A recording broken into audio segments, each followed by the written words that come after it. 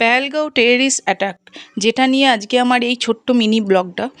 এই ঘটনাটার জন্য আমি অনেক ভিডিওতে চ্যানেলে দেখেছি আর্মিকে দায়ী করা হচ্ছে। কেন আর্মিকে দায়ী করা হবে? আর যারা আমাদের দেশের জন্য পরিবার পরিজন ফেলে নিজের জীবনকে বাজি রেখে সেখানে ডিউটি করছে, সবথেকে বেশি কাশ্মীরে আর্মি পোস্টেড আছে। যারা আর্মিতে কাশ্মীরে পোস্টেড থাকে তাদের বাড়ির লোকেদের কতটা টেনশনে ভুগতে হয় সেটা তোমরা বোঝো? যতদিন না কাশ্মীর ঠিকঠাক কেটে আসছে তাদের বাড়ির লোকেদের খাওয়া ঘুম কোনোটাই ঠিকঠাক হয় না।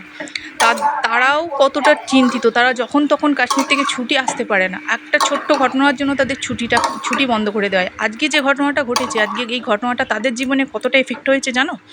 এই যে একজন মারা গেল জঙ্গিদের সঙ্গে সংঘর্ষে, তার প্রাণটা চলে গেল, তার ফ্যামিলি সব শেষ হয়ে গেল।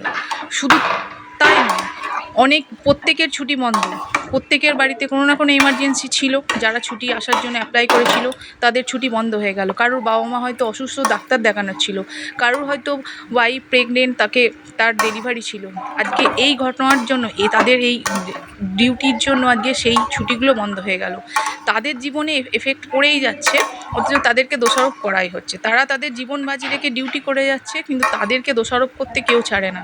তোমাদের দোষ নেই, তোমরা কেন বারবার এই ট্যুর ভ্রমণ হিসাবে আর কাশ্মীরটাকেই চুজ করো? তোমরা জানো না কাশ্মীরটা জঙ্গিপ্রবণ এলাকা? পাহাড় কি আর কোথাও নেই? হিমাচলে যাও, উত্তরাখণ্ডে যাও, কাশ্মীরটাকে তোমরা জেনে বুঝে তোমরা চুজ করবে। তোমাদের ভুলের মাসুল তাদেরকে গুনতে হবে। কেন বলো তো? তারপরেও তোমরা আবার দোষারোপ কাকে করবে? কাশ্মীরকে। মানছি কাশ্মীর ভূস্বর্গ, মানছি তোমাদের কাশ্মীর দেখার ইচ্ছা আছে, কিন্তু কাশ্মীর তো জঙ্গিপ্রবণ এলাকায়, এটাও তো সত্যি কথা। এটা জানার পরও যখন কাশ্মীর তোমরা যাওয়ার সিদ্ধান্ত নিয়েছো, তোমরা নিজের রিস্কে গেছো, তো ঠিক আছে, তারা তো তাদের ডিউটি করার জন্য সেখানে আছে, তাদের দোষ দিচ্ছ কেন?